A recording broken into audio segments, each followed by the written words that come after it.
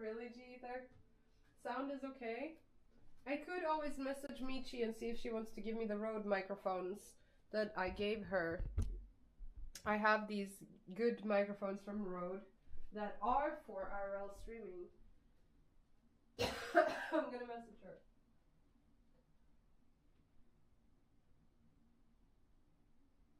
Do you want to have chat on screen? I think it's fine, yeah. Maybe we should create like a background on the chat. I'm gonna accept the stream together invitation real quick from Athene.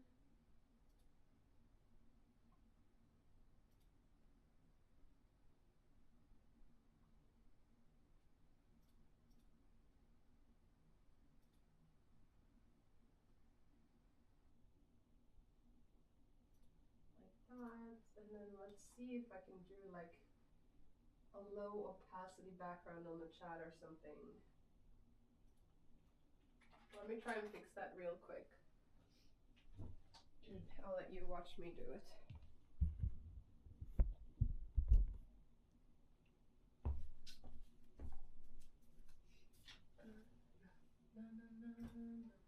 So that it, against the background, it can be more visible, you know? We're gonna make a blank canvas, whatever size, doesn't matter. We put a square, we elongate it a bit, like that, and then we make the background transparent, and then we have the opacity on this be pretty high. And then maybe we can round the corners, maybe? I don't know if that's possible. On this program that I'm using. I actually don't think it is.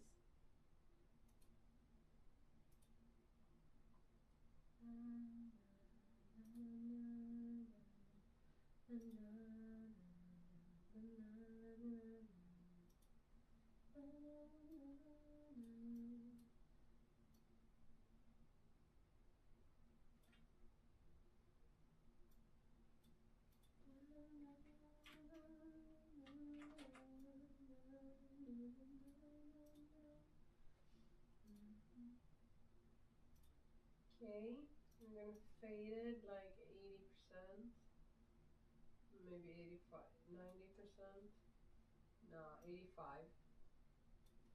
And then the other one, 85. Oh shit, doesn't work.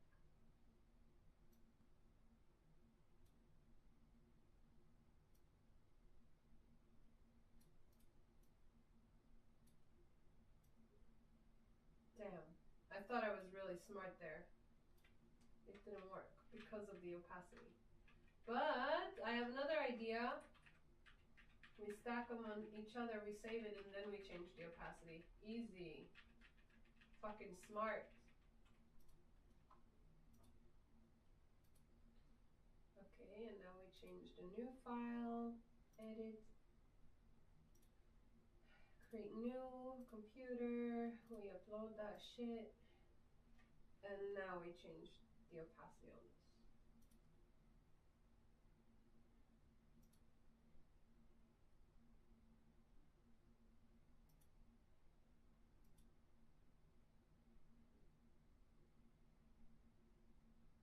Bro. Okay, maybe I can do it in OBS.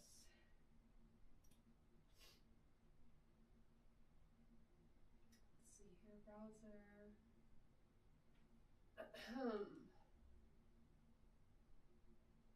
Image. Is this gonna work?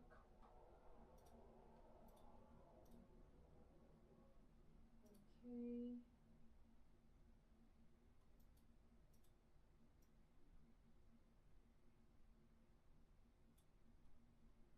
And now we add a filter.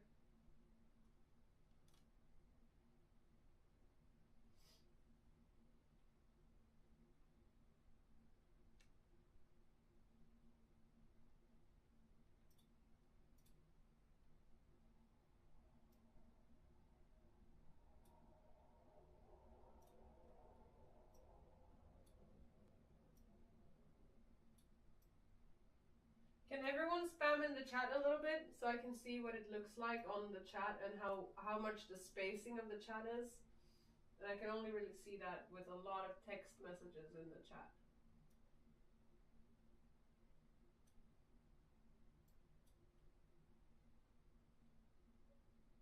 Yeah, spam that chat.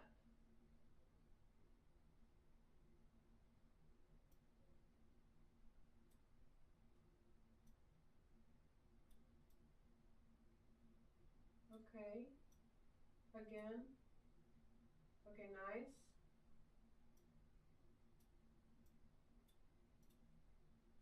Okay, now I'm gonna maybe do it a little bit more. Filters.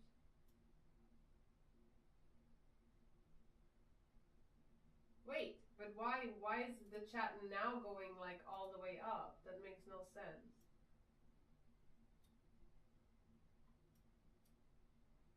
Why is the chat acting inconsistently?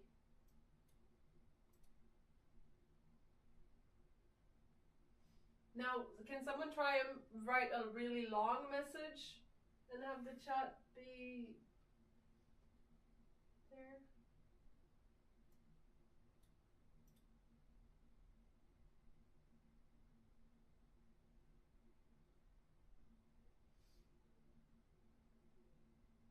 You see how sometimes it just goes freaking far up?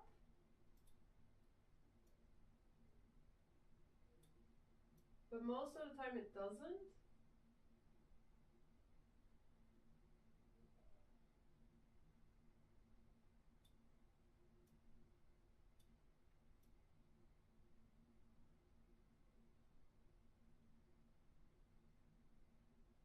God damn it.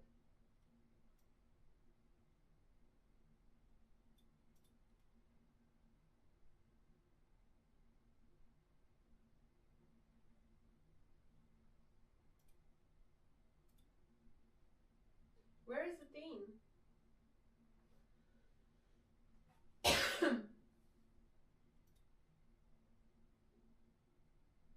I guess this only really happens if people put really long messages, but then the chance of people doing that is actually quite low. So I should put it like... Can everyone write normal messages again? Like, you know, like as if you would chat like normally, not like super long messages.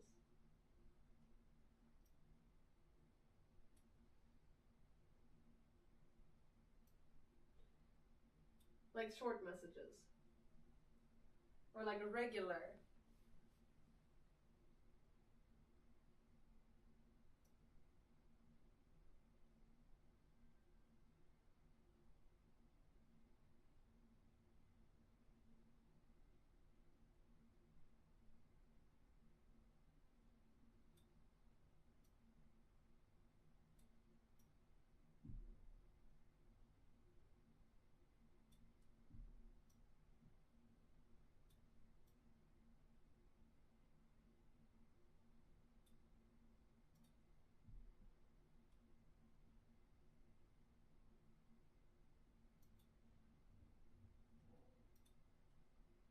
I mean, this is a very scuffed solution.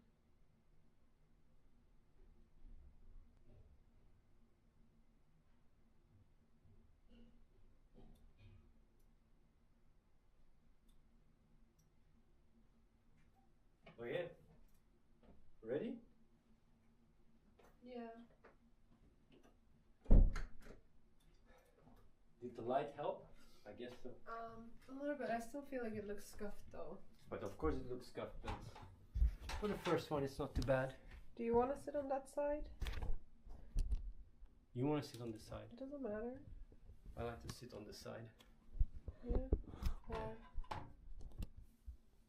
Because the tea is closer and everything. Okay. And I always sit here. Literally always. Yeah, I know. This is like my hottest little corner.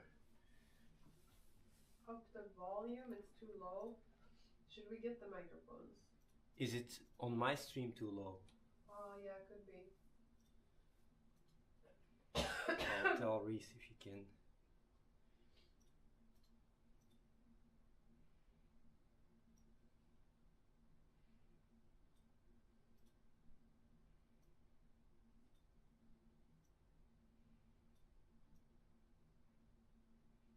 I'm streaming together right now, right, with you? I think so, yeah. Yeah. Let's have a look.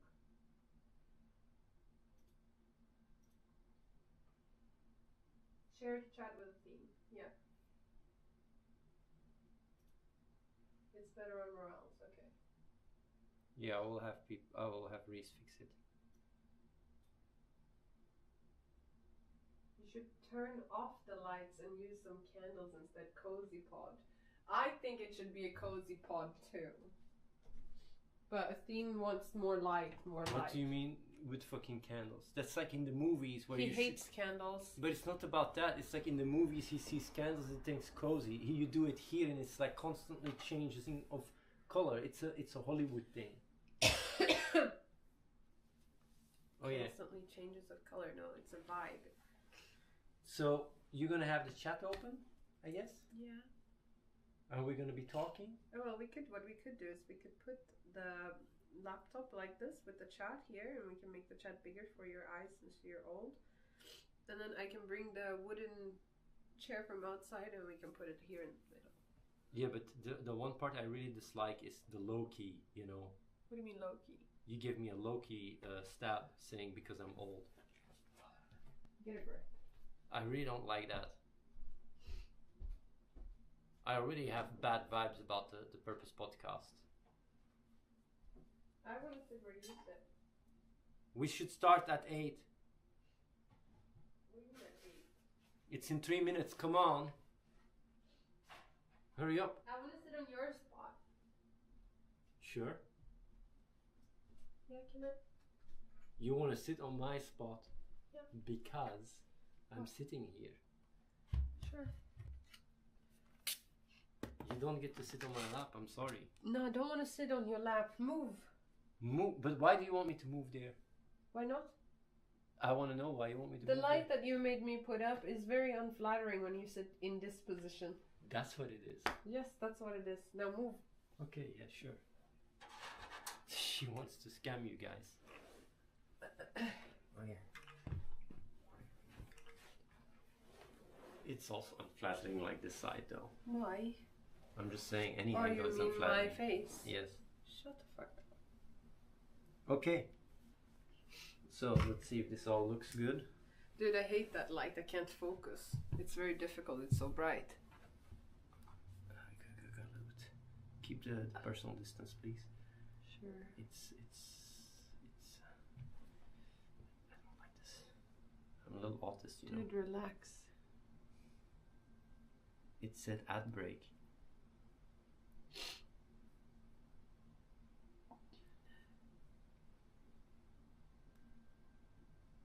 Oh, you can snooze. Ads are snoozed for 5 minutes. Well, that's not good. They should have just gone so that we could start at 8. Yes, but I don't know why you snoozed it. Either way. Well, people have to subscribe then. Athene, you're watching Morel's stream on yours, right? You're not using the ingest. Yeah, I know he's not using the ingest. Man, do you want me to go down and fix it? But why? It doesn't But matter. also, right? what is this angle? It's so unflattering. Instead of complaining, can you be a little bit more... Hi, Lackey. How are you?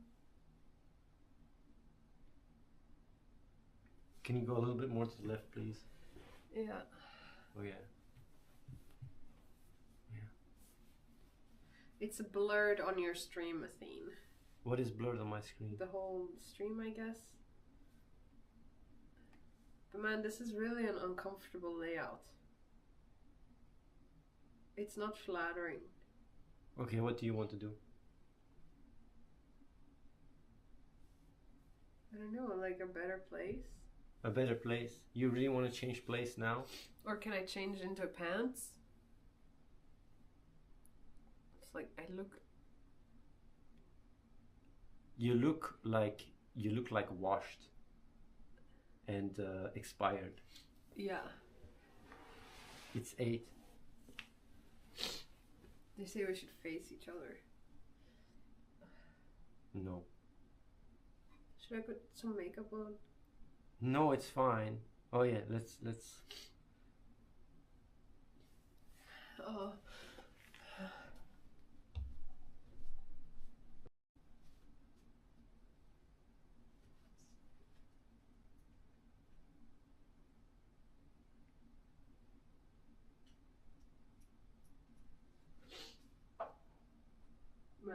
look washed.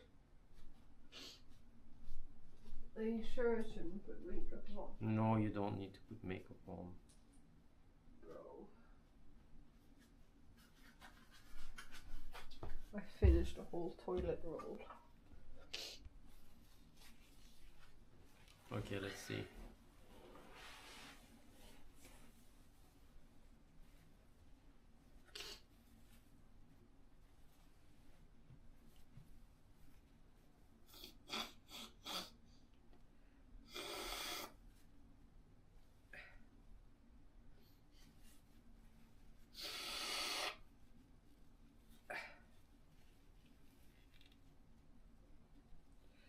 Athene should wear PJs. I think this is his PJs. Reese is gonna improve the quality on my stream. Reese can literally pull the... He doesn't know how that works. Should I go down and do it? I should go down and do it. I'll just go down and do it. It's good you get some movement in. You don't have to cry.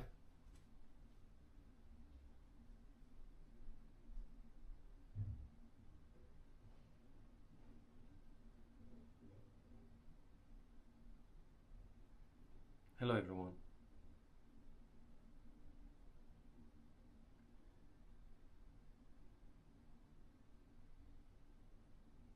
Athene, can I ask a real question related, or is it not the vibe right now? We're gonna do the first podcast, Purpose podcast. It's a pilot episode. It's kind of a bit scuffy. It's 1 hour.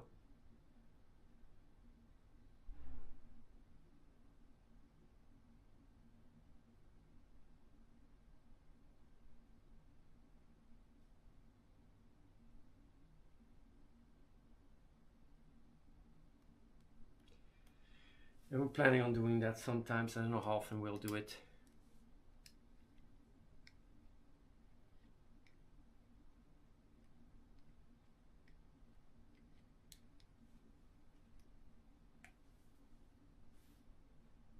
What is the episode about? It's just an introduction episode.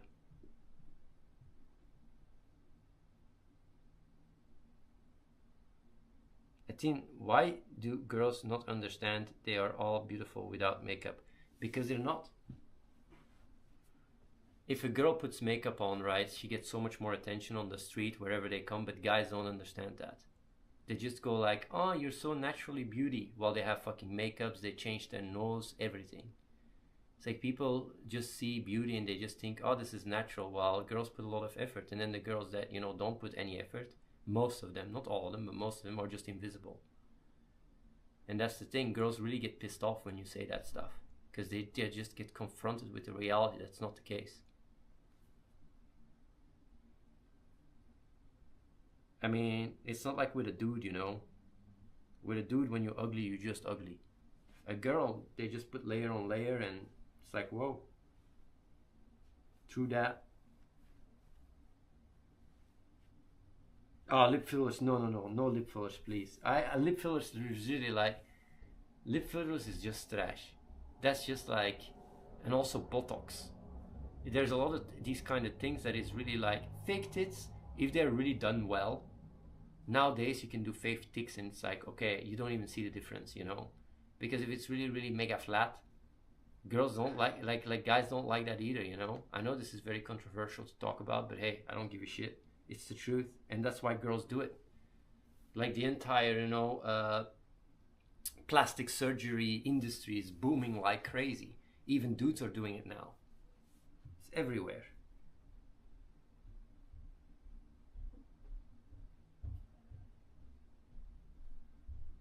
Yeah, fake tits, sure, but lip filler? No lip filler. I don't understand the lip filler. I hate it. Fucking hate it. I remember Maral doing fucking lip filler, right, and it made her face even worse than it is. It was literally like some fucking, I don't know.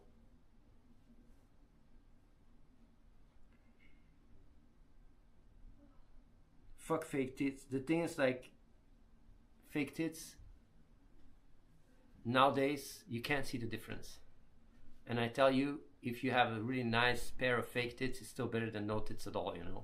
Wait, what the fuck are you saying? What? What the fuck? I'm allowed to say that? These are guys saying like, oh, why do girls not understand that, you know, they are beautiful even without makeup? And I just say that's just not true. Are you wearing pants? I'm changing into pants. Why are you changing into pants? Because I thought it looked so big. And it made me uncomfortable. And if that's what I'm thinking about, then I won't be present. And it's hard to be present as it is already, you know, because I'm sick. Oh yeah, we're gonna start here.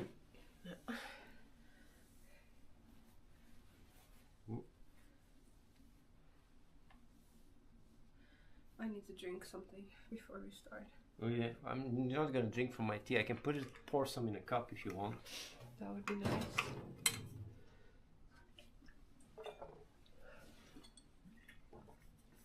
So you're ready? That's enough.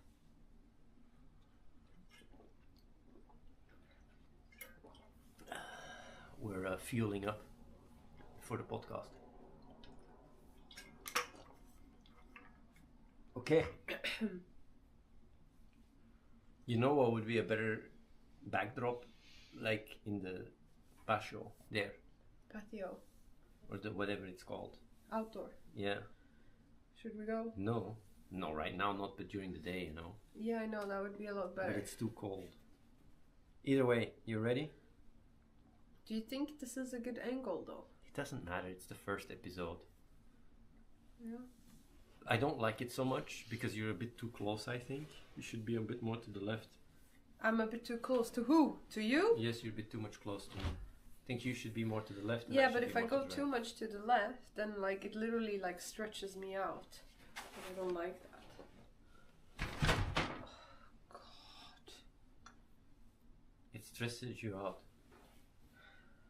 What? It stresses It you. stretches me. Wow, like that. Makes you bigger. Yes. As if I'm not big enough already. Yes, that's what I was gonna say. Oh, then why didn't you? Okay. Can you not sit like, I don't know, this is some yoga lesson, this is the Purpose podcast. But no, I'm comfortable like this. I'm supposed You want to be comfortable. Okay, let's do We're comfy. supposed to be comfortable. What would Okay. you want to be like? Do you want to be like a United Nations? Hello, sir. Welcome, sirs and madams in the audience. Welcome to the Purpose podcast. Okay, you ready? The fuck? It's Right. we're gonna go until 9:10. I can take this if you're not going to use Yeah, it. it's fucking annoying. Okay, you ready? Oh, what's this? Your glasses, bro. You ready? I'm ready. Okay. Let me adjust.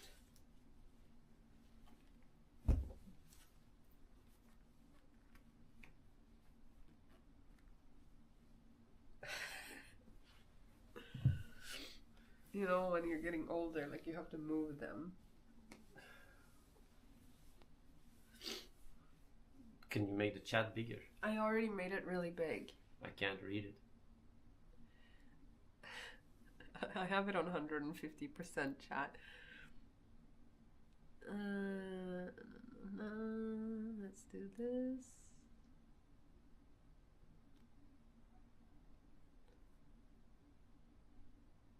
Oh, why does it do that? I don't want to zoom. I want to... You just do Control plus plus plus. Yeah. Make it even bigger. No, this is good. The fuck are you on I can't about? read it though. What do it's you mean fine. you can't read it? I can't read it. What do you... Man, you're blind. It's Yeah. fine though. I can read it on my phone. If necessary. What else? How much more? It's fine. It's even that I can't read. You're kidding. You can see one message at a time. You won't be able to read it. One Internet message. is gonna go down. We literally have in it a at minute. 250%, and it's taking up half of the screen of the laptop. And he says he can't read it. And like, there's one message at a time in the whole chat box that can even be seen. Okay, you ready to start? Yes. I'm not gonna be reading the chat anyway. Yeah. Okay.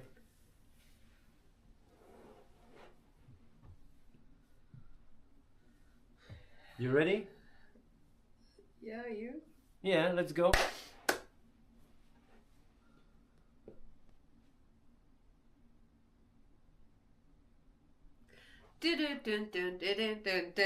Purpose podcast. Okay.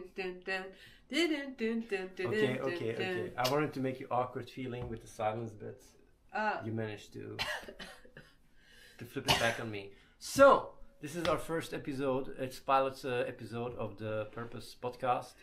And yeah, it's going to be a little bit of an introduction, you know, talking why we're even doing this. And it's going to be me and Maral. Maybe we're going to have sometimes guests, but I don't know if we're relevant enough for guests. But maybe, you know. We can have Michi. Yeah, like we can just pretend that we're, you know, popular and stuff. Dude, I felt like you went all serious all of a sudden. Like, also so formal, explaining what everything is. I'm sorry, let's redo it. No. What? We keep going. I wanted to talk about why we're doing it. Why are we doing it? I'm really curious too. I don't know. She doesn't know. Well, I think like we had a talk not so long ago, like a month or two ago, and it was like, you know, since she's streaming sometimes and I'm showing up on her stream at times, she was like, maybe it's not a bad idea to just, you know, do something special. And the thing is like with I used to do Real Talk for a very long time. Years ago, I actually did. What is Real Talk? Like, I'm gonna explain. I did Real Talk for like 8 years or something, I think, and it was basically just me talking about topics, and also just about life in general, but in a very, I don't know, controversial way. Yeah, and basically my goal was to get people to do good, to have impact, to organize themselves. And as a result, it very much shined through into my into the Real Talk. Like I couldn't care about the content of what I said. What mattered to me the most was just being able to have actual positive impact. And what I did was just kind of in servitude of that. So I didn't care how I came across. If I had to be controversial, I was controversial. It was just about like just getting impact, and that was it. Because, you know, kids are dying, I want to do a difference, and that's it. Now, with all the stuff that has changed in the world,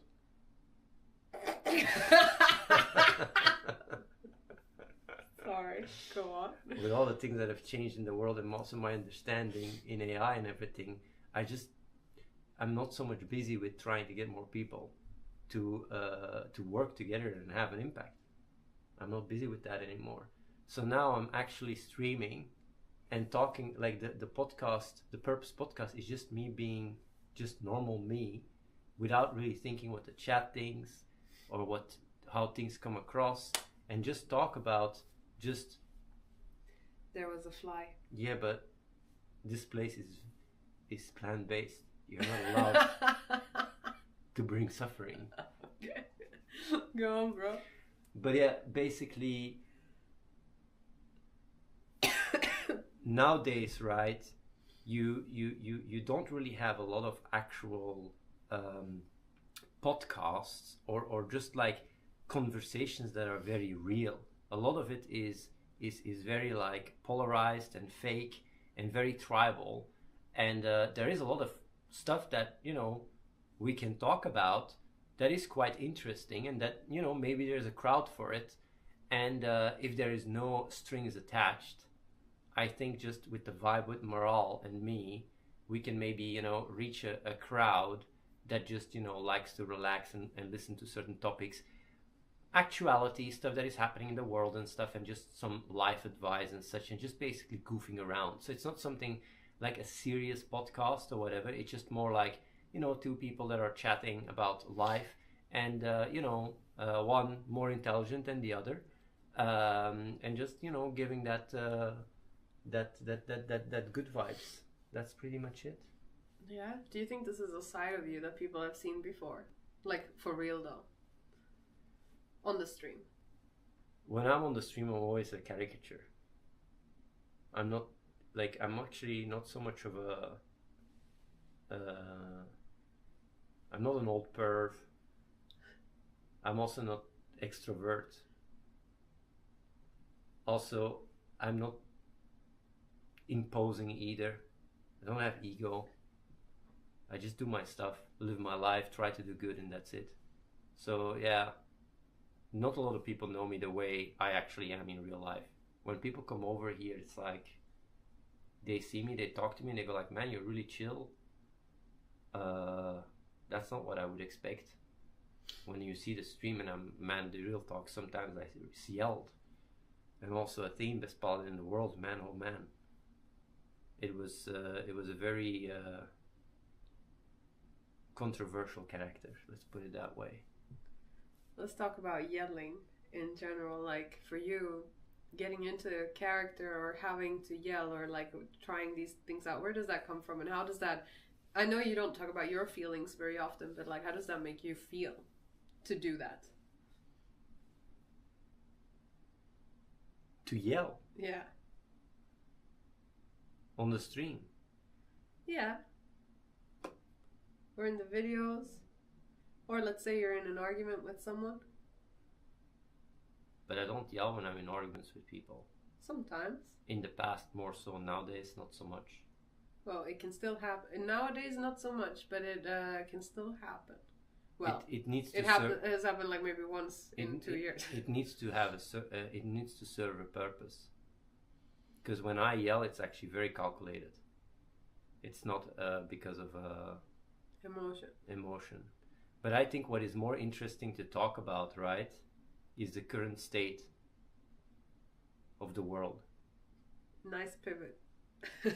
It's just like talking about me yelling. It's like No, like, it's just whatever comes to mind. Yeah. That's how you and I talk, right? Like, so whenever we talk, and I guess that's why I'm here, we just chat about whatever comes to mind. And I think sometimes, even if it's about you or if it's about me or if it's about the world or not us, there can be sometimes some learnings or cool insights in what we chat about.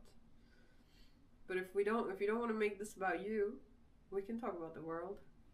Well, I think that the bigger reason why a podcast like this is even maybe, it needs to have some level of purpose, right? Otherwise I wouldn't do it. I would do other stuff, right? Is that I feel like there is not really balanced takes out there anymore. It's very little. Everything is very polarized and very tribal and simplistic. It's left versus right, woman versus man, like all these very strong, groups that really also bring about division and stuff. And even when I hear the left speak or the right speak, or even people that are a bit more capable speak, they really they speak with their crowd in their mind. They're not truly truthful. Like the biggest creators and influencers are not those that come and speak their mind. They're the ones that understand the crowd and basically say what people want to hear. It's like you really become like kind of a hostage of your viewer base, and if you don't pivot properly, you just lose your crowd. And I don't know what that was, but like and the My better work email. I see. And basically, the better you are at catering to the masses, the bigger you become. And what is very interesting in that regards, and this is gonna piss some people off, but I don't mind. Like normally, you can't say these things. Like what I'm gonna say is very not really done, because you piss off the left and the right. And I mean, like if you're not part of the left or the right, then what crowd do you cater to? Because tribalism is very simple, but it's like it's much easier to cater to the crowd to the right. It's much easier because people on the right, it's not like they're maybe overall less educated, but it's more like people on the right are I would say more emotional and less consequential than people on the left. Like it's much easier to lose your and to basically what. You know what's funny though, that people on the right perceive the left as the more emotional one.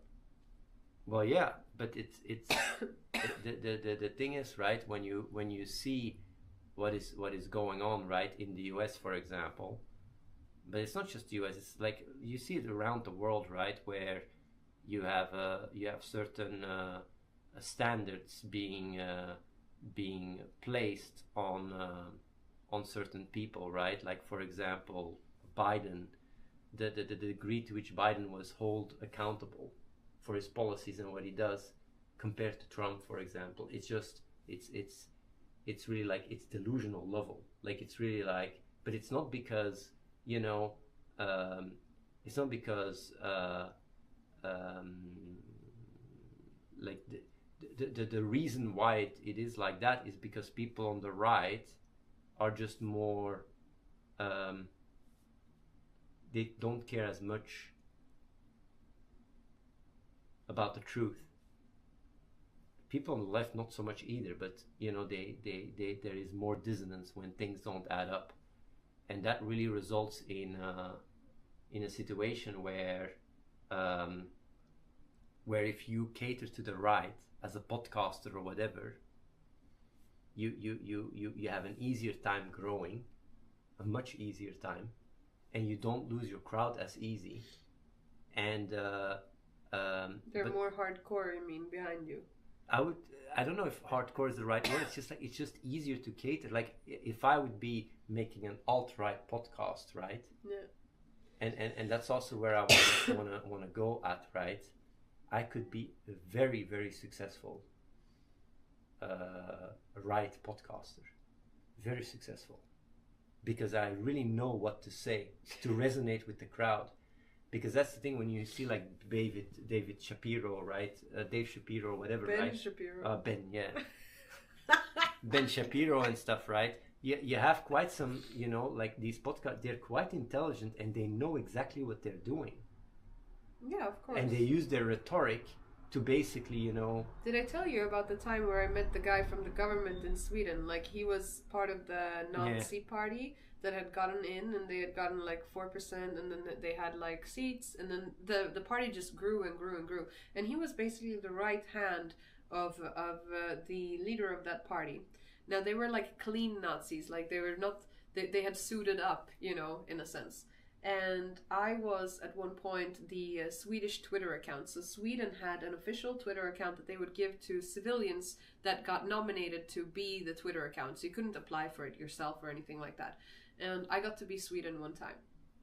And when I was Sweden and you upload your picture, like I'm Sweden for this week, blah, blah, blah, I got flooded with alt-right haters.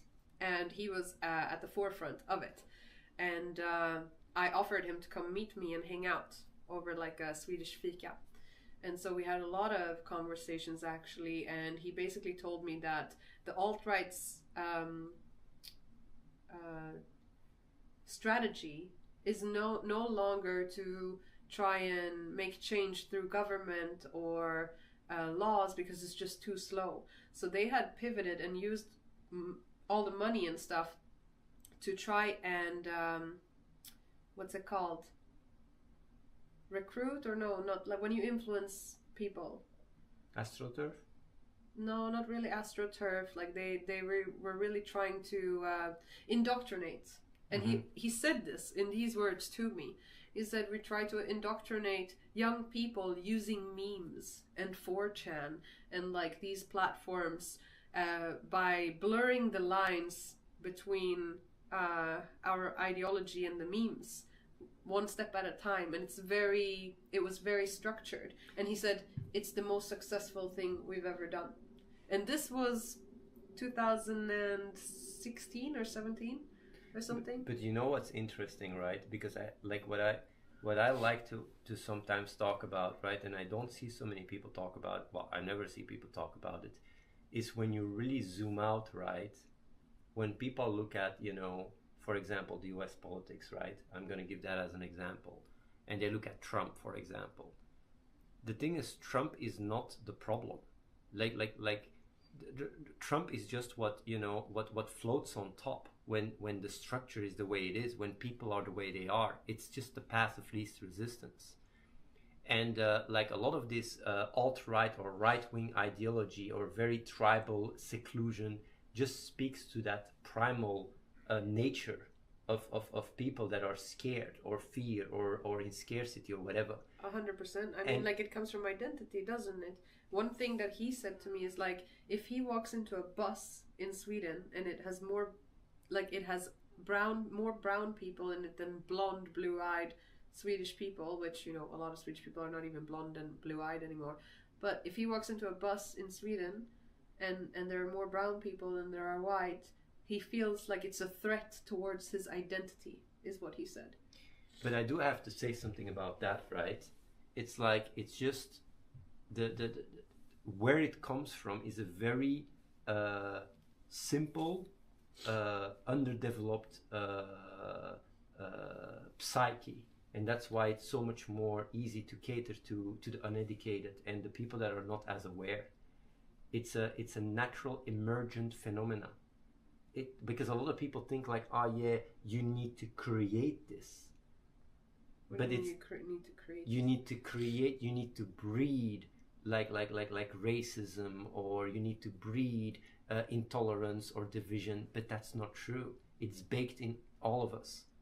And if you don't grow up with the proper, you know, with a proper framework or nourishment or whatever, it just comes out naturally. Mm-hmm. And that's the thing, right? It's like when people blame certain speakers or certain politicians or whatever to exploit or whatever people, it's more just a natural emergent phenomena. It's like when you look at the social media and you see streamers, why is one streamer much bigger than another one? It's because they have more views, more people look at them. If they see Joe Rogan, for example, you know, go and bring on Trump or whatever, and not wanting to like and cater towards that. Why is that? It's because the reason why he even got so big is because he's using these same, you know, mechanics to cater to the crowd. It's all this. It's all intertwined. You can't just come and that what I'm basically trying to say is like a lot of people sometimes feel like, if you are a person with a big following, it's your responsibility to, you know, inspire them and this and that. But the thing is, though, it's the same thing. You can't become big without, you know, playing into these things. And if you don't, you stay small. Like you like making a statement and saying like, yeah, let's vote. Or tell people who to vote for or whatever. Like, if you don't cater to your crowd, you lose them. And I think that is something that a lot of people don't understand. It's like looking at the media, right, and going like, the media is wrong at not reporting, you know, the news or the truth. But it's because, like, if they wouldn't sell papers or they wouldn't have clicks. I think. It's very often, like, at least from my experience, when I hear people talk about these things, even podcasters or whatever, right, they assume there's a lot more choice and control in the narrative than there actually is, because it's the crowd and the popularity that defines whether you're even heard to begin with. And that is exactly why making a podcast, because why do I say all this? If I make a podcast like this one where I just don't care about growing, it's not my goal. I'm not here to have more views. I'm not here to, you know, just here to chill with Moral, and we're just then basically like the takes that can be given, they don't need to be biased towards my viewers, because I don't care about growing this podcast. If that makes sense. That was a long way of saying we're going to be real and genuine and authentic, and if you like it, you like it, and if you don't like it, you don't like it. But the purpose isn't to try and inject any agenda or idea into the person that is viewing. Yes. You view it and you just absorb it as you like, and take from it what you want, basically. And I think honestly that we need more of that. But the thing is The that algorithms don't yes, allow it. that's what I mean. The algorithms won't push it anyway, but Yeah. you need more of that. But the algorithms won't push it Yeah, because they're because driven by profit and because clicks viewers and will not engagement. hang out either. Yeah, it's engagement. But I do think though that there is a potential, right? That within all this, polarized climate, that maybe there is some need, because everything is so polarized. It's ridiculous. It's like, and you just gotta one up and one up and one up and polarize even more to the point where, I mean, when I look at certain streamers, right, with their takes, I just facepalm. It's not intelligent. It's like people are. Do you think they care about being intelligent? I think they definitely have identity about it. Yeah. And they really try hard to like they like, it's almost like a feedback loop they're not aware of, where they become more and more like entangled with their identity, and it just grows with their crowd. Mm-hmm. But the thing is that like it's not truthful, because ultimately, like, the final, what matters is what is true. It's not your opinion, what you believe, or how you feel. It's what is true that is what matters. And good takes, right? You just almost have none of them. It's really when I look at and I don't really look at it. I sometimes see something pass by, what people really go like, whoa, this is a great take, or this or that. It's very simple. It's very potato-fied. There's not really, yeah. There's not really true insightful substance out there. And it's very unfortunate, because of course you create a feedback loop, because the people that then do browse that are more an empty canvas, it's like what that guy said from Sweden, right? They get pulled into that tribal little box, and as a result,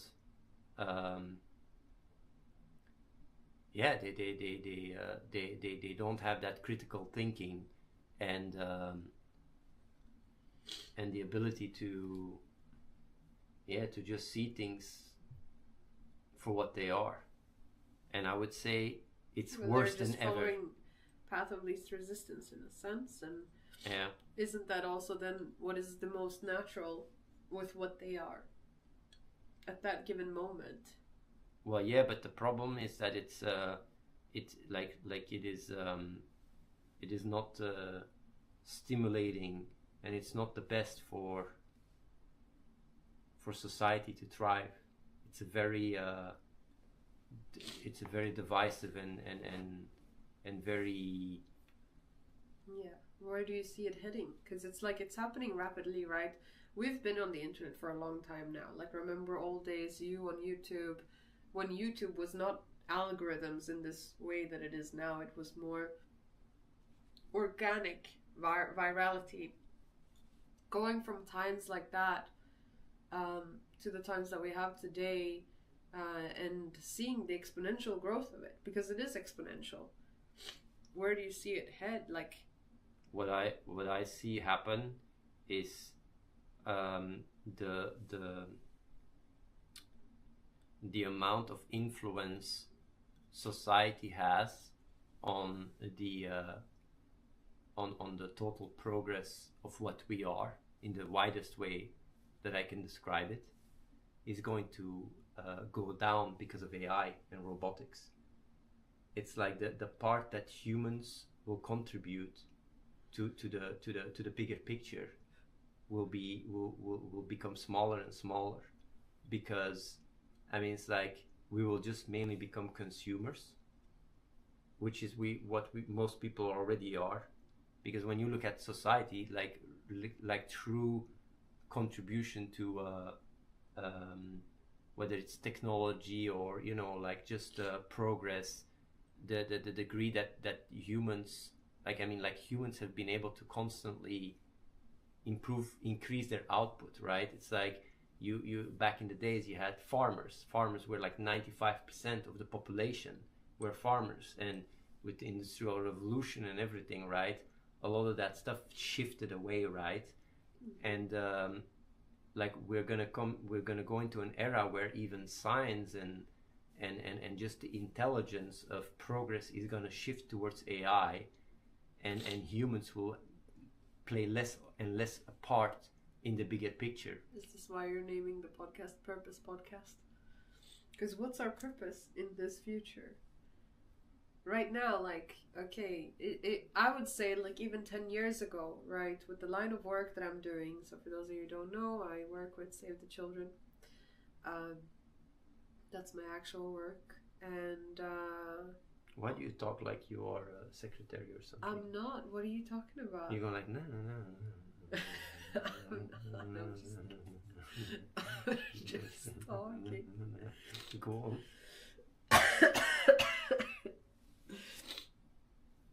I'm sick right now. I completely lost my train of thought. No, you said 10 years ago when you were doing your line of work. Yeah, so like even like 10 years ago, I felt like what we did online or what we did in general in life was just so much more impactful. That's on a feeling level, right? Like perhaps that's not in line with the reality. Maybe we do have more impact now today with the internet, but I just feel like when events happen, like for example, Trump got shot, right? Like in his ear or whatever it was. Who talks about that? Who even cares about that? Like it was in the news for a very short amount of time, but if that was 15 years ago or 10 years ago in the media, it would not be the same as it was today. And so on an emotional level, sometimes I can almost feel like this high pace and how society seems to work right now, it's harder to find meaning and purpose within it. In the past, I used to think that my actions really carry weight, but in the future, well, the way I see it, right, is like, I mean, because even in that regards, you can still do good, right? You can save kids. You can, you can basically make progress, right? But to me, the biggest, I would say, the biggest existential thing is how AI is going to change everything, but it's already happening. Yes, but like people are not aware of it. People are not aware. So? No, people are not aware of it at all. Because there's a lot of things, right? When you're asking, I'll give you a very good, simple explanation, right? You're saying,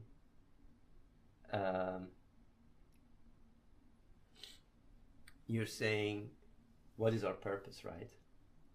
But the thing is, though, I'm saying that emotionally, it feels like the impact and meaning I can have with the developments that are happening online and in the world, and maybe it's because I'm subjected a lot to the internet and the online world, but I just feel like we're heading in a direction where I'm more and more becoming redundant. I don't even think that that's on a feeling level. I think it's on a practical level too, especially we're talking about the future of AI. And so, but if you can develop AGI, that's a different story, though. Yeah, that's a different story, but can I? Well, you can contribute to it, because I honestly think there is nothing, there's just literally nothing more important, and that just not even just more important, but that actually matters more than just achieving AGI in a responsible manner. There's just nothing that even matters more than that. Well, that's the thing. I think that's the thing. Like on an emotional level, you feel redundant because nothing matters. Well, achieving AGI in a responsible way definitely matters. Yes. But like, you get what I mean, right? What I'm trying to say. I'm trying to say, like, going about things like I did in the past. Yeah, no, it's just I don't find as much meaning or impact within it. Not that I would say that I'm very impactful driven, although impact has been a big thing. Well, I would say that the part that really, but it's about goals and being able to feel like I can put it really nice feedback into words, I think. Yeah. I think the one thing that really has been completely stripped away is the idea that you can inspire others. Yeah. That's what it is. Because to me, like, why do I not even do real talk anymore? Because the idea of inspiring others to do change, it makes no sense when I'm better off developing AGI and then just automate the entire process in ways that is way more capable, because change is difficult. Change takes so much time. And if you can basically create artificial intelligence that is more intelligent than humans, I mean, that's like a crazy shortcut to really lift us, just lift life to another level.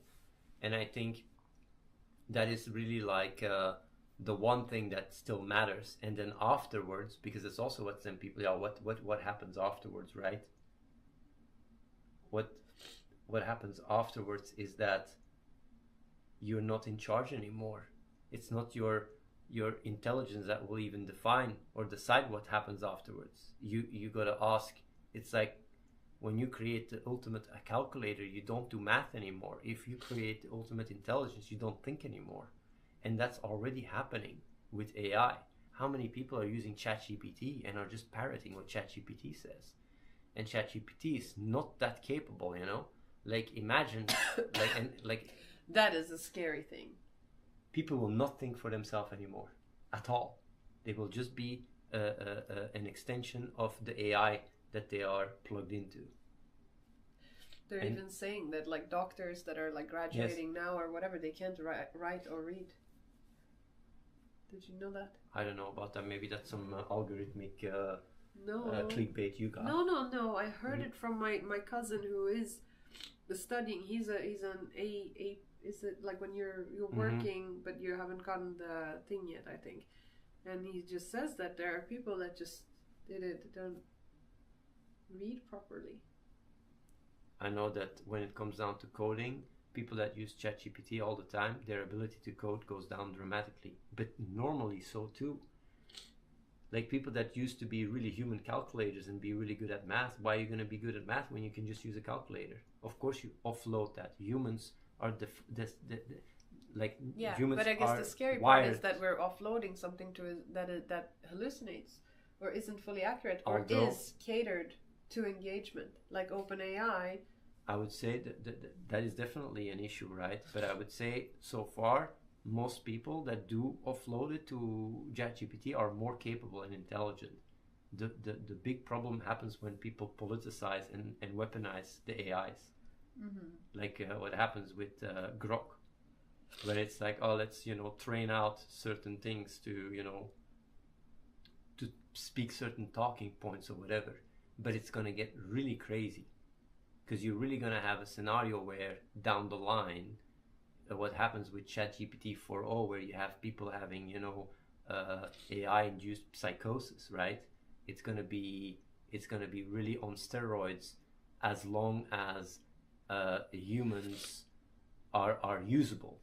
Like, because what you want, but if you control these AI machines or whatever, right, or LLMs or whatever, you use it to get what you want through humans when humans bring value. If they don't bring value and you have a robot army, or you have you don't even have a democracy anymore and your vote doesn't matter, then suddenly like the value that you can bring like just goes away completely. And that's the thing when it comes down to a lot of these dynamics.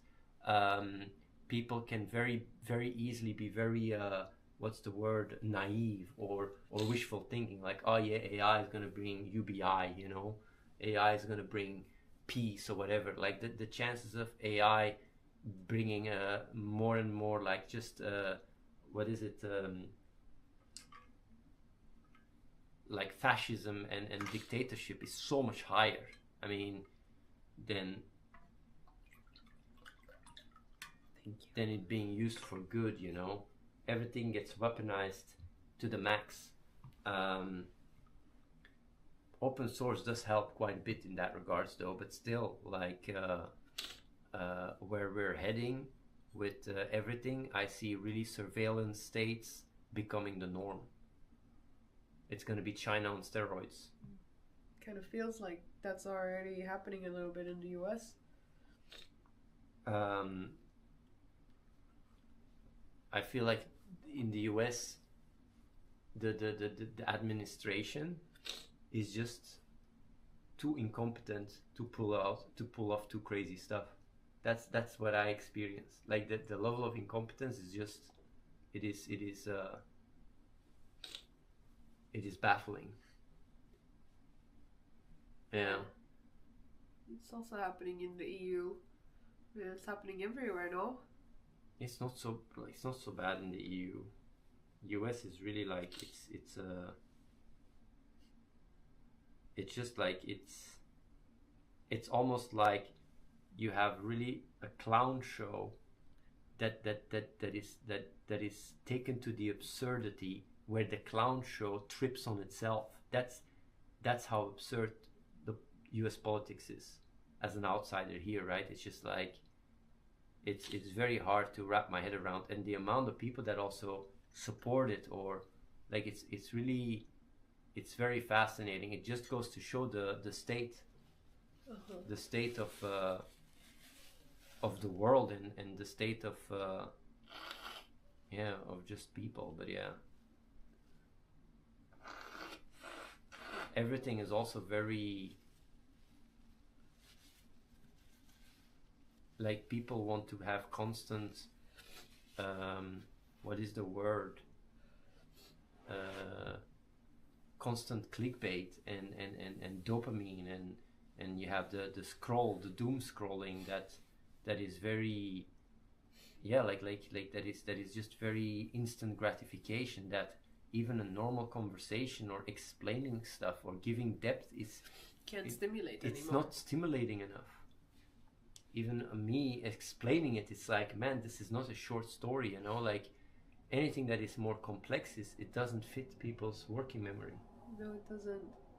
It's crazy how it's just crazy. But do you think, like, as things progress, and since we're kind of like consuming in this way anyway, maybe we won't even notice as a society, more on a societal level, right? We won't even notice the shifts, because it'll all just kind of flow in that direction. Do you get what I'm trying to say? The thing is, humans will have less and less impact in the world, and I think that's not a bad thing if AI is done properly. I think that's the biggest mindfuck that people are not aware of. People are still thinking they have agency. Yeah. Even in the chat, you know, people think they have agency. They go like, okay, if this happens, then what? But it's not going to be up to you, then what? Will you even experience? Well, I think people will not cease to exist from one moment to another, but like... Not cease to exist. I don't think people will cease to exist in this way. I just think, well, if AI is done in a good way, I just think that the existence of what is will just be different. Because what are you, you know? People will just be extensions of their AI stuff, and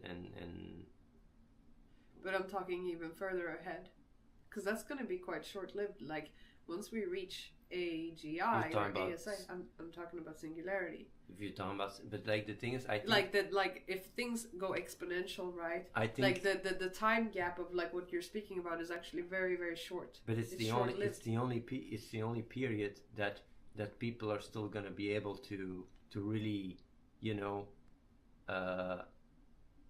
the transition, right, and moving towards it is the only period where we are still somewhat relevant. Afterwards, it just doesn't matter. Yes. So when you talk about afterwards, it just doesn't matter. It's like it's redundant. But people go like, oh yeah, we're gonna hit singularity and then I can do whatever I want. No, that's not how it works. No. Yeah, no. They think of the singularity as if they still have the concept of the self intact, and that it's like some utopia where they can move around or do whatever, like a heaven, like the you know, this notion of heaven that a lot of people have. They project their own experience into it and identity, yeah. But singularity is not gonna be like that. And if I'm gonna tell you how singularity is, I'm also just full of shit, you know. I don't know. But you can say what you think it's gonna be. If you had to take a wild guess, what do you think the singularity would be like? Before you say yours, can I say mine?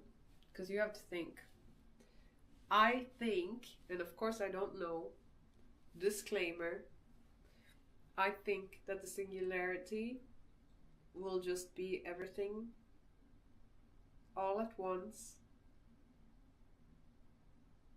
across space and time, and you will not experience it. You will just be it, but you will not even be. It'll just be life itself. Will it observe itself? Or will it just be? I don't know. I think we already hit singularity, and that we're always in singularity, we just don't have the awareness to. But AI will help us have the awareness. What is your thought?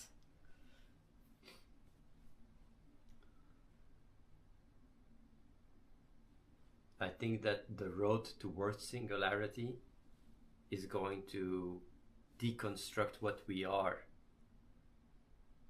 and take away more of our entire construct of what we assume we are. It's going to deconstruct what we are, the road towards it, and by the time we hit it, right? Deconstruct the conception of what we are, you mean?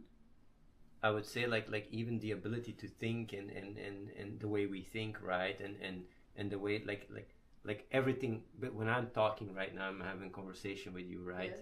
There is like hundreds of conditioned mechanics that are at play. Right. They will be all deconstructed because Yes. the relevance of a human is going to be diminished. Like when you think, right, you walk out, whatever, right? You think, oh yeah, I need to go and, I need to have a job, or, I need to pay my bills, or, I need to work with money, or, Well, yeah, you I'm have going to the buy an concept of the iPhone. self. Well, what I'm just trying to say is like we are filled with intersubjective concepts that dominate our life that are completely going to break down.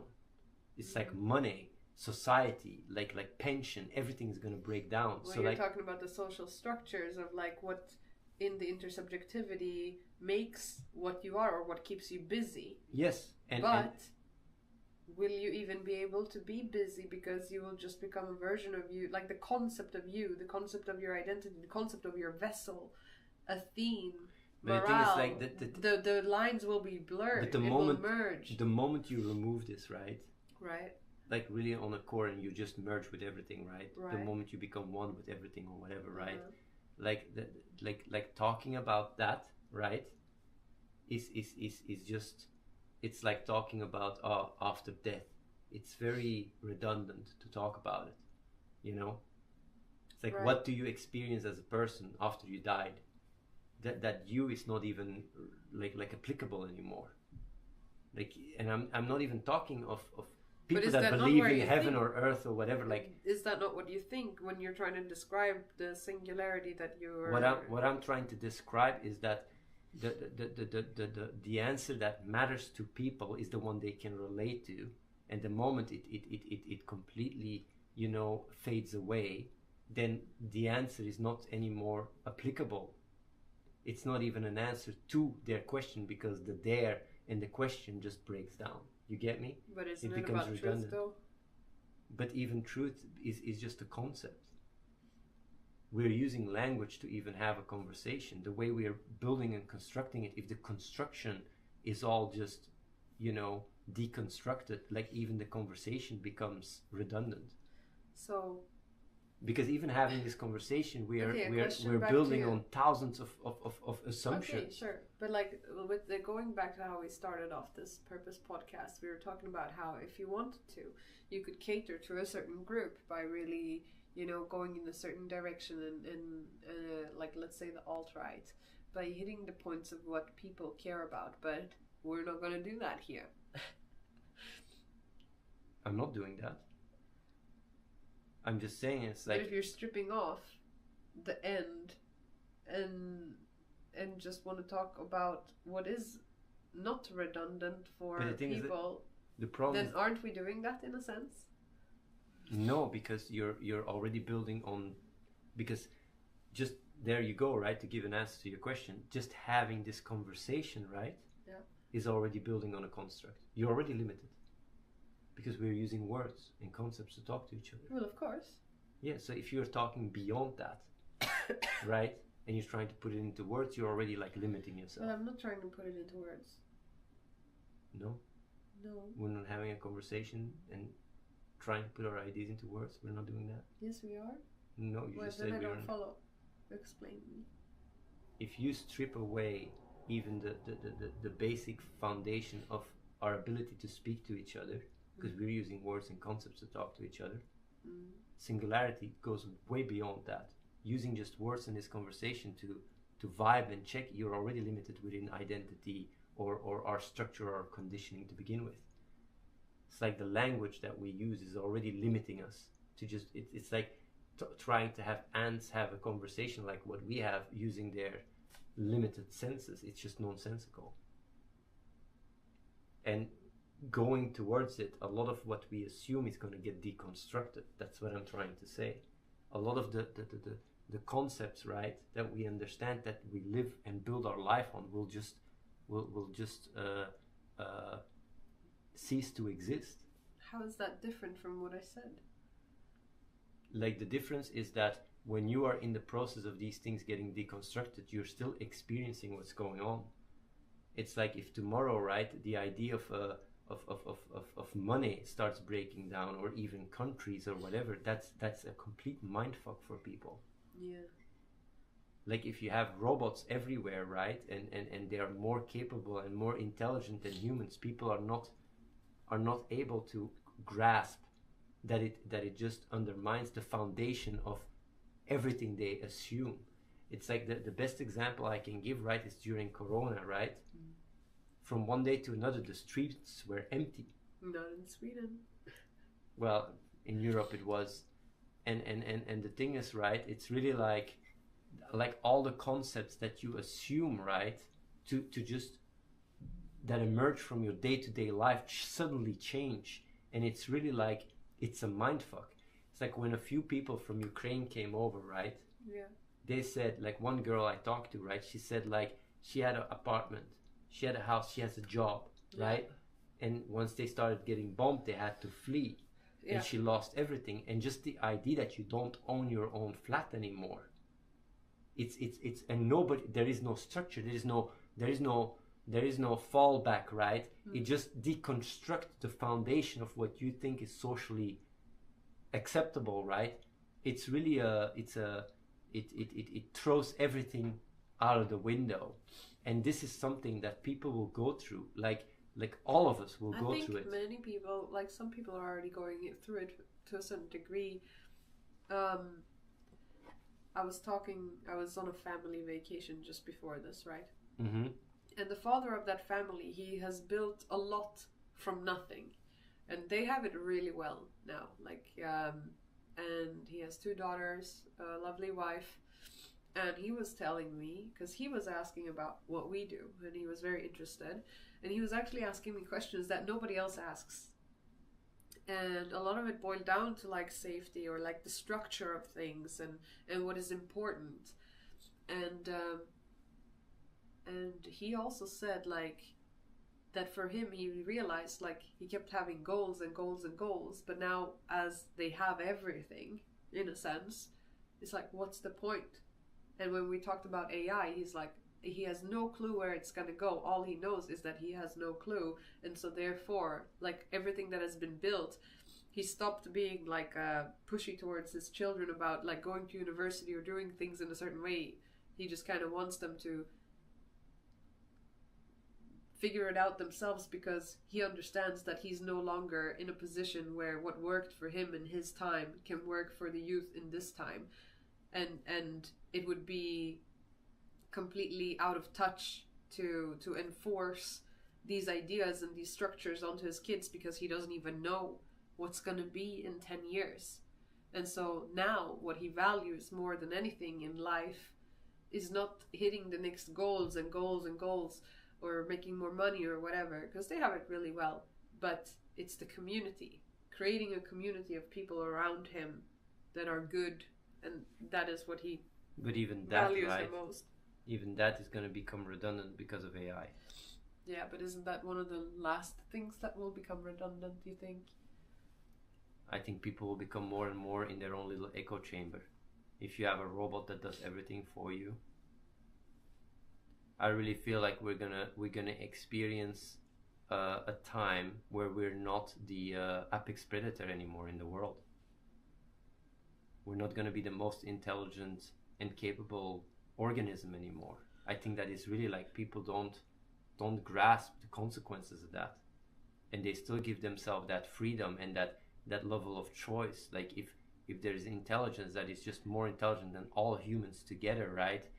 Like you are just, you become literally on an existential level, like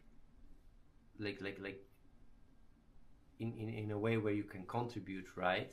You become redundant. So Boob says, disagree. There will be dissonance in the society and they will push against it. It's unnatural and people will push against it, then they will become anti-technology. Well, it's like, but it's going to be too late. That's the thing, and there's always going to be people that are not anti-technology, and so the technology is going to move ahead anyway. And if the technology moves ahead after a certain point, there's no going back, you know. But like, I wonder if we haven't even hit that point I yet. want to go even further than that. People are already caught up with doom scrolling, man. It's like they'd rather just watch the next TikTok video. You think people are really like activists and go on the street? It's too much effort. They're already like, I mean, look at what is happening. They're already like mega, Gaza. you know. Yeah. How many people are protesting, and how much has been destroyed and is continuously getting destroyed, and we can't even get aid in. I mean, becoming anti, I don't know. People like the idea of having agency. Yes, and control. But it's an illusion. Yes, it's not real. It's kind of depressing though, but it's the truth. The best thing, in my opinion, that can be done is just work towards AGI to do it responsibly. There's literally, truly nothing I can think of at this point that is more important than moving the needle in the positive direction towards AGI. There's literally nothing I can think of that is more important than that. It's the last invention we will do as humanity. And I when don't did even, it first yeah, go on. I don't even think it's that far off anymore. 5 to 10 years or something. When did you first come to, like, when did this really sink in for you?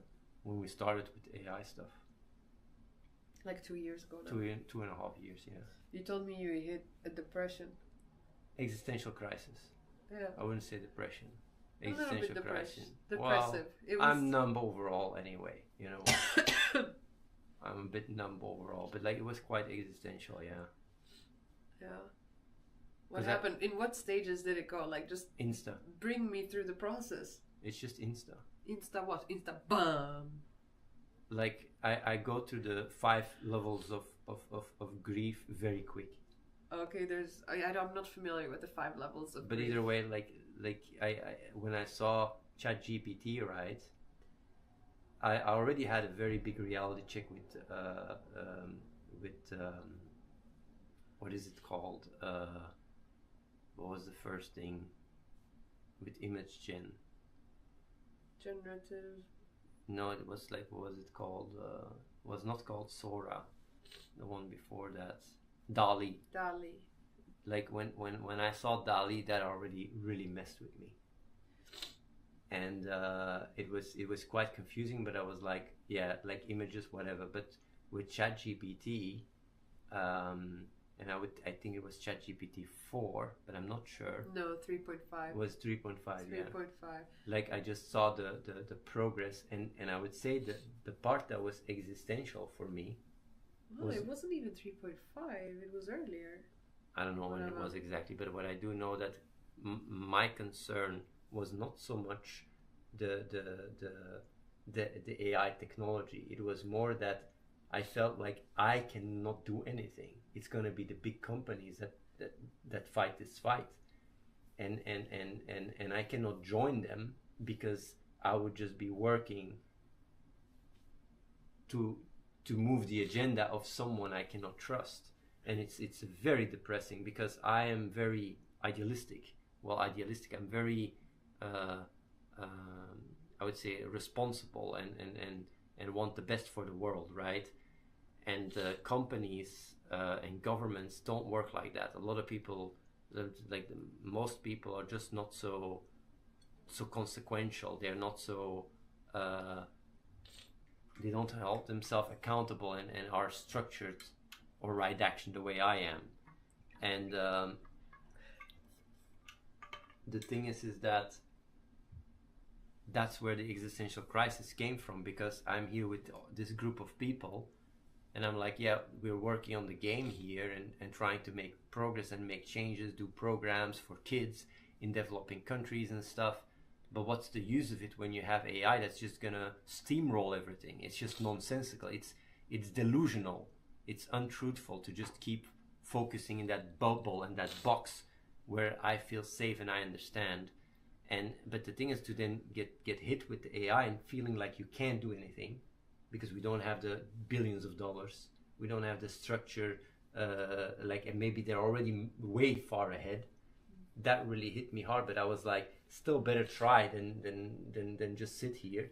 So we just pivoted everything to AI, and we became an AI powerhouse and really ahead in certain regards in a year, which was just mind-blowing to me. And even to this day, our technology in certain regards is the best out there, and we have become AI experts. We've become an AI powerhouse, which also has opened a lot of doors for us. But of course, what I would like to do is take it even a step further, where we have successful projects, so we can start, literally work towards AGI without having to worry about funding or whatever, because we have successful products, and just hire people too if necessary. So that existential dread was not like, oh, AI is coming for us. It was more like, what me and us here, what can we do to move the needle in a positive direction? That's the existential dread. Because even if I can do something, even if it's small chance, then I do that, right? But if I feel like, or if I see, it's not feel, it's more like, if the reality is I can't do anything, that's really that's depressing. But yeah, here we are, and things are going really well. I have also a much better idea of AI and where it's gonna go and everything. Much better than 2.5 years ago. 2.5 years ago, AI was a black box. So yeah, we're getting to the end. Yeah. Of the podcast. Yes. You were a little bit sick. Yeah, very sick. You weren't so joyful. I'm really sick. You didn't bring the heart. What the fuck are you saying? You I brought the heart. No, you didn't bring so much the heart. No, you were more like secretary, like. Dude, I spoke like 2% of the podcast. That's not true. 150. So you say you talked for like a minute and a half? No, I don't think so. you talked. They keep saying they're calling it Snotcast. Yes, I agree. So, it's like, is this what we're going to talk about every day, every time? No, this is just an introduction. I think a lot of the stuff we will talk about is just personal stuff. It's like stuff like relationships, loneliness, and all that stuff. But like also some politics, like if something happens in the world. Yeah, that is very relevant. We'll talk about that. But I don't want this to become like a political podcast where we talk about, it's just, it's the motivation. This podcast, the pilot was just a motivation. Why even this podcast to begin with? And some people are saying like, who is he? Well, he hasn't even introduced himself. We didn't do introductions. I'm Athene, best pilot in the world, the server, but also the battle group.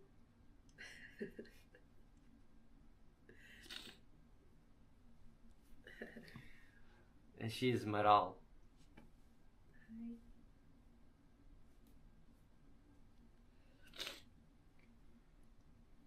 Okay. That was it then. So that was the first podcast. We will talk more about, you know, other stuff. This is just an introduction. And Don't you want to answer a few questions? sure, let's do that. Moiko says, Athene, you're wrong. Dead wrong that right-wingers are more emotional and more radical. The most radical political content creator is Hassan. Constantly calls for violence and stuff, and he's left-wing. No, that's not true. That is absolutely delusional. It's like we also live in a world where things are hyper clipped. You know, people get really very slow. I will say the first time I ever met Hassan, I went up to, this was before he was a big streamer, I went up to him and I said, I like what you do. I like your content. And he said, yeah, is that so? Would you, I think he said something, would you fight for it? Would you like violently fight? And I was just silent, and then it got awkward and we didn't say anything else, and then Austin came in between, he's like, hi. And that was it. So, I mean... What do you say violently? Fight does not mean violent, you know? No, but he meant with violence. Like, with violence, that's what he said. And it was at a time where politically, like, there was a lot of, like, Antifa stuff or whatnot. No, so I hear Moiko's point. I don't think calling for violence is ever good. On either side, like left or right. And I don't think that's how you solve things either. I think it's way more complicated than that. I don't think, I know it's more complicated than that. It's like when you're in a scenario where, like, let's say, you know, it's Nazi Germany and they're taking over. What you gonna do? Sit back and do jack shit? No.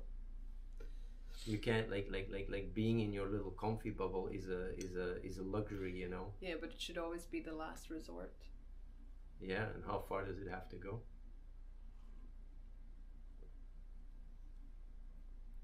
When do you think taking action, you know, when do you think taking action matters or is justified? You know what's funny though? What? All this doesn't even matter. AI is gonna truck through everything anyway. It's like, oh, violence, left, right. It's just like whatever. It's just all blah blah. Like AI is gonna truck through everything anyway. It's like the idea of humans fighting each other, and it's just gonna be like almost like Toy Story, you know. It's just like whatever. It's just like ants. Like Ilya said in a video a long time ago, he said that we don't ask animals if we want to build roads or build buildings if they're okay with us destroying their houses or whatever. We just do it because for us it's more practical or it's the solution. And what is to say that AI will not do that with us? Because we will just be like ants are to us now, to AI. I think humans are just very easy to manipulate and use. You just are a nice hot AI waifu and you can control humans to do what you're bidding. But yeah.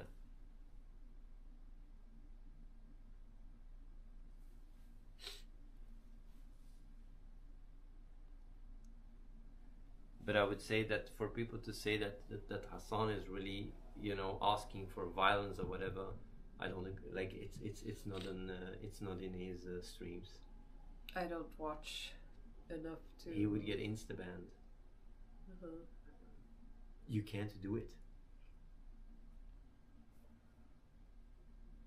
Like the call to violence and stuff, like when the thing happened with Charlie Kirk, right? The amount of people saying go to war. How many people got shot? Like 90. What's the numbers? How many people are of shootings is right? I mean, like the numbers don't lie, you know. It's really in their face, but it's so. But also the idea of like thinking tribally, right? Oh yeah, it's left or right. Like all of it is just very simplistic. Left and right is just simplistic. It's like when I saw with the left all the cancel culture, it's also like disgusting, you know. Yeah. There's a lot of stuff on both sides that are just, it is very, very low IQ and EQ, you know? It's very dumb. But the thing is, when I say dumb, I don't mean it to say it in a dismissive or it's just like very underdeveloped. Like it's like, it's very low intelligence, not a lot of connections being made, very simple. And it's like people that just, you know, like come and like But even saying that people are low intelligence is almost like a trigger, you know, towards people. It's like this, it makes them stop listening there, because it's just like, what do you mean that low intelligence? They don't understand that you're like, the way that it can come across is it comes across demeaning, right? Even though like it's not meant to be said in this way. It's just like you can compare it to an LLM, right? An LLM that is just not so capable and hallucinates a lot and is very bad at reasoning, and the output is just garbage. I think that's, and you have good LLMs and you have bad LLMs. Most people are just really low, bad quality LLMs. Garbage in, garbage out. Do you like my glasses? It's amazing. Yeah? If you rate out of 10, what would you rate it?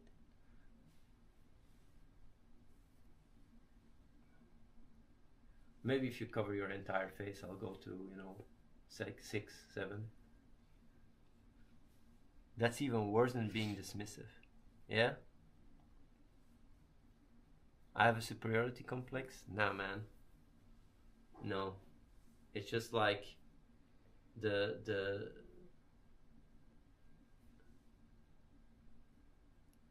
when you just look at the world, right, in a very scientific way, right, things are very simple. It's not so complicated. When you look at politics and how people move as groups, right, it's not so complicated. It's very, very simple. And I know that saying these things is very unpopular, and that's why, you know, there is no popular streamer that will say these things, even though it's true. People don't seek the truth. People don't care about the truth. People want to feel good in their own bubble, and that's the thing. It's like doing a lot of the AI stuff has given me also a lot of insight in how humans work, like understanding how the neural nets work in AI and stuff, and how it, like, there's so many similarities. People are very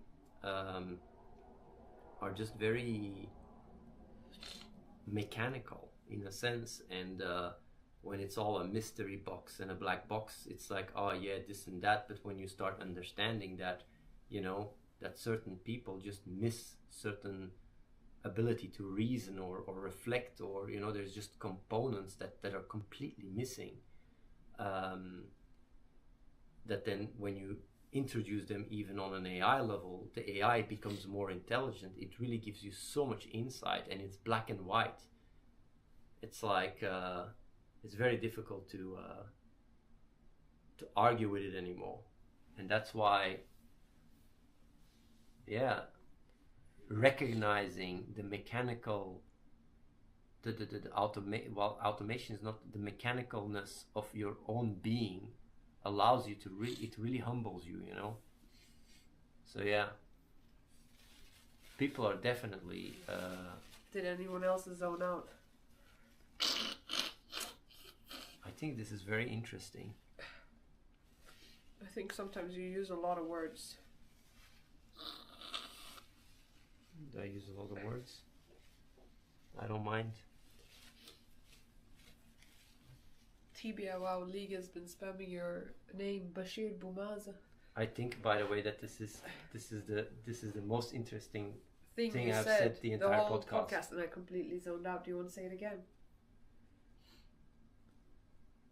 What I was saying is that humans work very similar to LLMs, and that a lot of the breakthroughs that have been done in the LLMs, in the AI space, like you can almost extrapolate it to the range of intelligence in the human population. Right.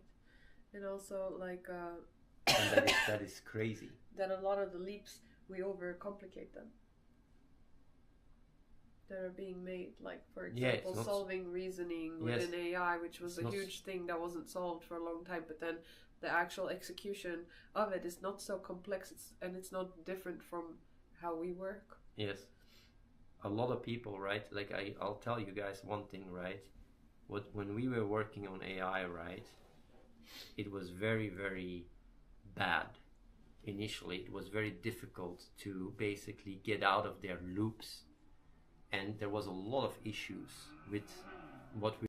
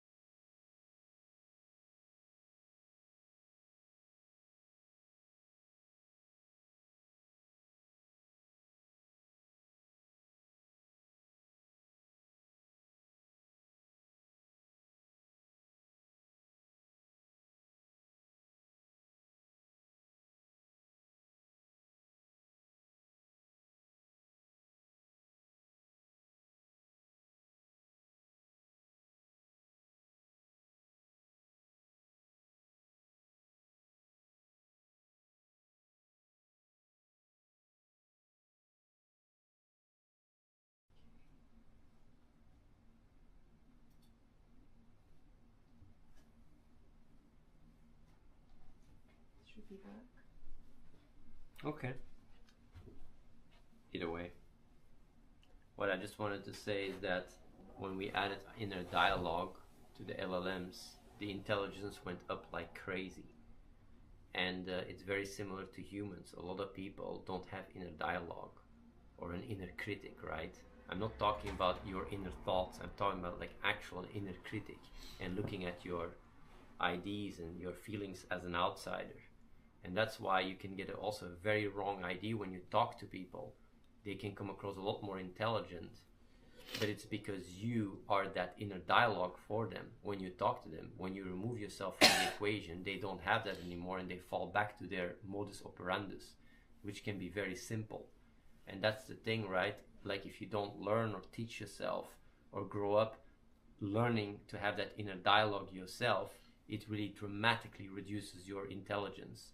And it's just something that you also see with AI, and it's so fascinating that it is something that I've always wondered in my life. Why is it that people are capable when I talk to them, but when they walk outside the door, they are so that like their intelligence goes out of the window. I almost feel like they're trolling me or they're doing it on purpose. But understanding it is gives so much insight, and that's what I mean. It's like AI. It's not exactly the same as humans, but there's a lot of similarities. Either way, I'll definitely have another talk about that, maybe in a podcast or something, because it's a very powerful insight. What did you think of this? Of what? What we just did. I don't mind. What did you think, chat?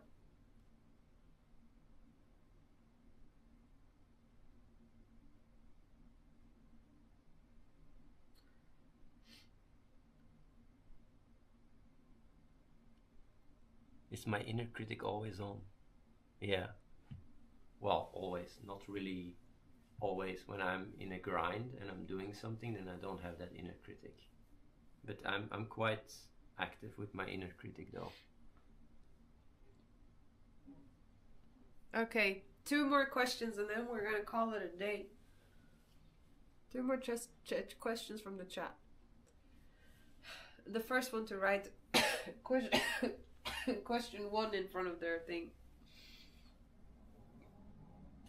Scuffed view, but good takes. What was the sound like?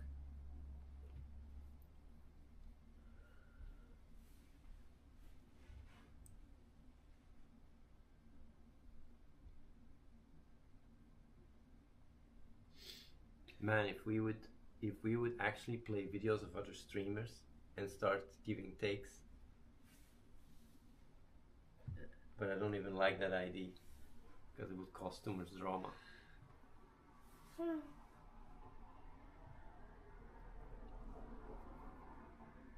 Sound is good. Calling for a complete deconstruction of our economic system is quite radical.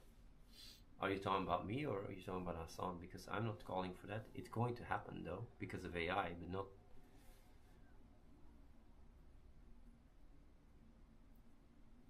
I'm with Pine Toad. React political content would be amazing for views. Yes, I know, but I would give it a try with the lavalier mics. What is lavalier? Is it the Rode mics that I got, that I gave to Michi that she couldn't use?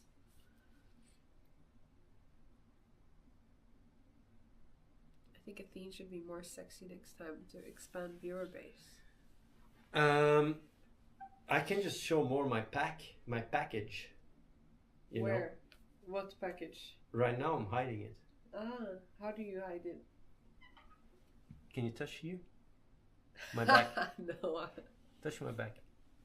You feel that? Yeah. That's my cock. Very funny.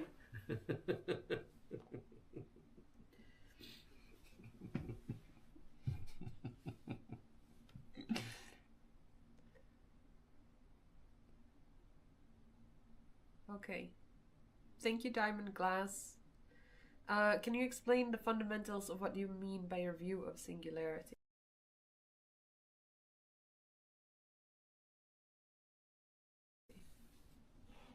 I thought we went pretty deep.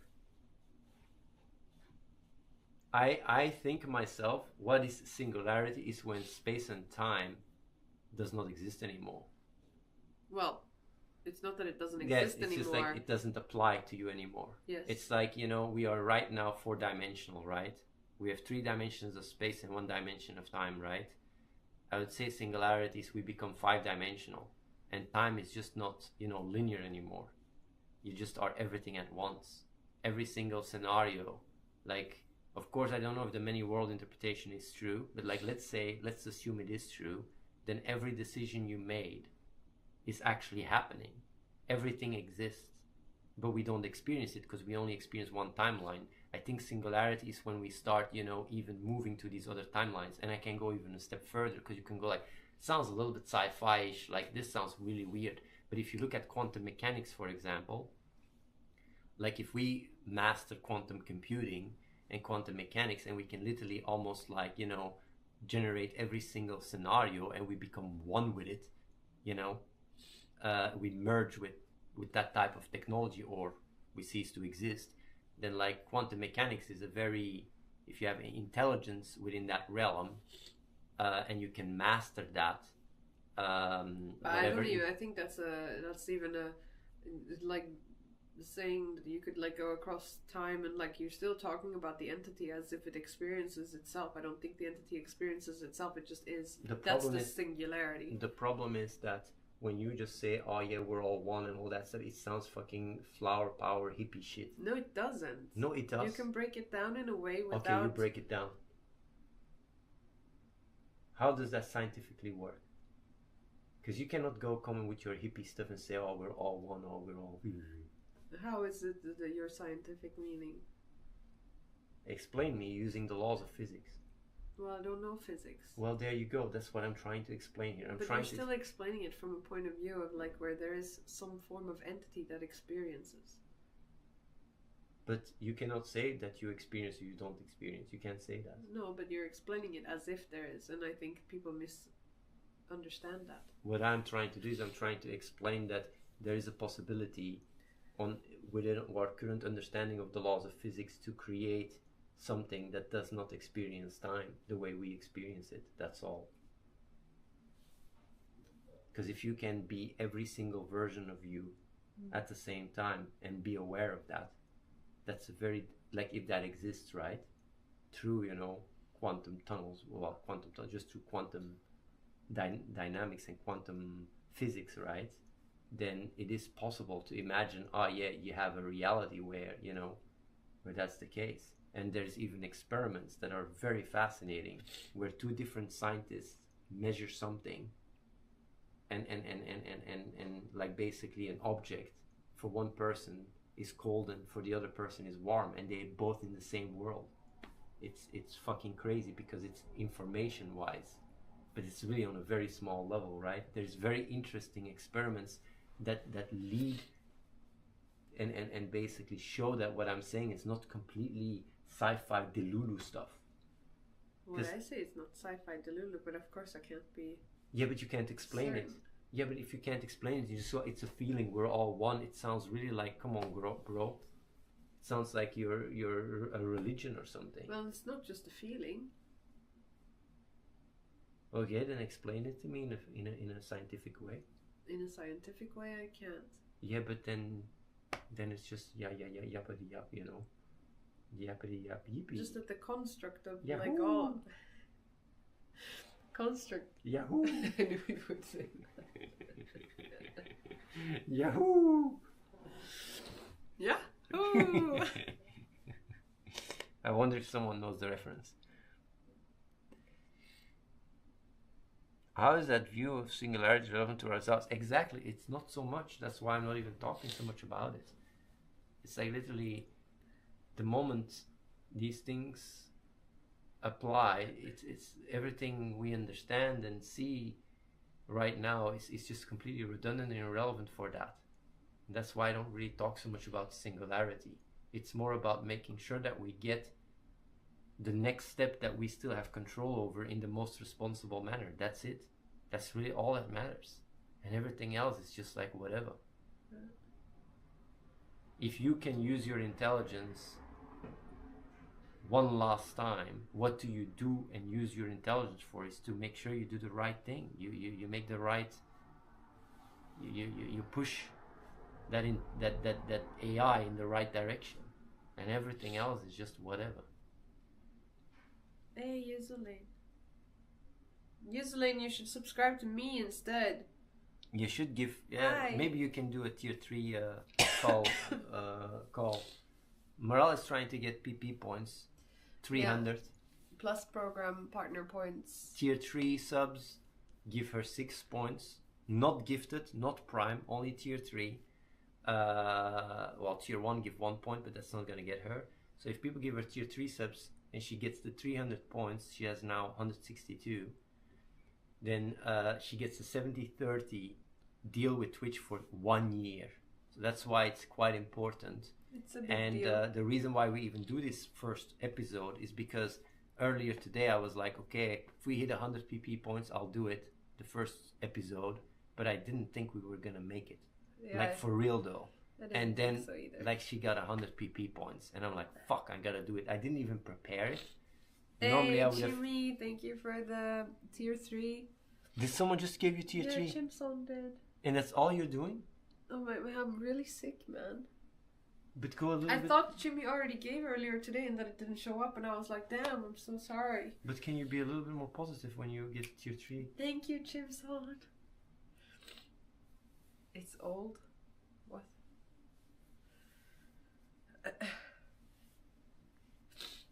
Thank you so much. Either way. I appreciate it. I'm gonna go raid someone. Yeah, who are we gonna rate? I don't know if there's anyone that is live right now. Let's check. But try to get your tier 3. Oh, I've tried all day. I've been live for a long time. I think I need to rest. You know. You need to rest? Yeah. Is that so? Oh my god, Apollo is live. She's doing a subathon. She's doing a subathon. She's doing a subathon. Last minute scat, I mean subathon. Give me money. Okay.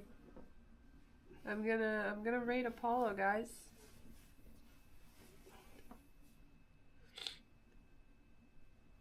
Can I rate her too, or is that? I don't know if you should rate her. Let me first rate you and then you rate her. Okay, sounds good. I'll sit here and I'll talk to chat for a bit. Oh yeah, that's good to do that. I'll get your feedback, chat, on the Purpose podcast. What did you think today? Wait, what? Hype train?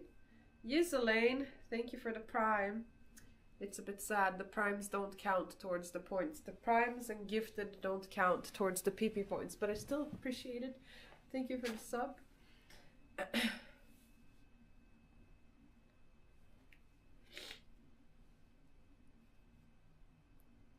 We're at 174 points. Damn. Next time, don't be so sick, bro. I'll try my best not to be sick. Did you like it? I didn't talk much. I feel like this is how it's gonna be. Yeah, I'm gonna get some rest. We got another train. Wait, what? Why does it say that Chimson gave 5 subs? Huh? I think my app is bugged. You loved it, Tattered Wing? Oh, that's nice. I'm glad. That's nice. If you have any feedback or any, like, if there's something you would have liked less or like more, or do you just like us to just do it the way we do it? And like Athene said, I think we'll talk about many different things. Not necessarily